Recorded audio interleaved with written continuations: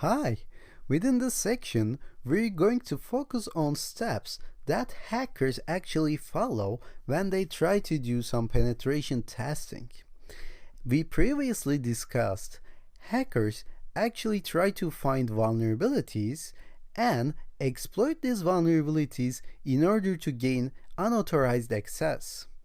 And of course, there is a framework, there are some steps these hackers actually follow to reach that goal.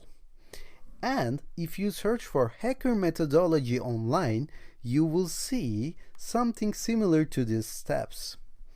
And I will explain one by one in this section what are those steps and how we can use them in our tests.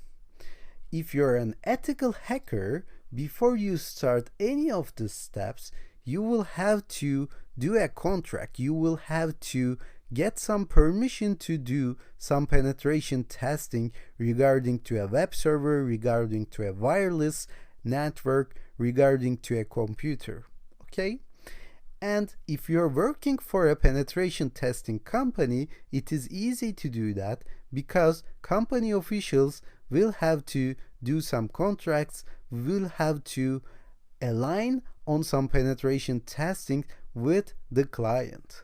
And if you're a freelancer hacker, then you can find some bug bounty opportunities online and you can try to penetrate into those systems, and this will be legal as well. And after doing that, you will have the permission to do some penetration testing. And the first step of that is the reconnaissance. I'm going to explain all these steps in detail in the following lecture, but right now let me take you over these steps very briefly. So in the reconnaissance part, you do some passive information gathering. You have the general information in the step, and after that, you try to dig deeper and try to scan a little more.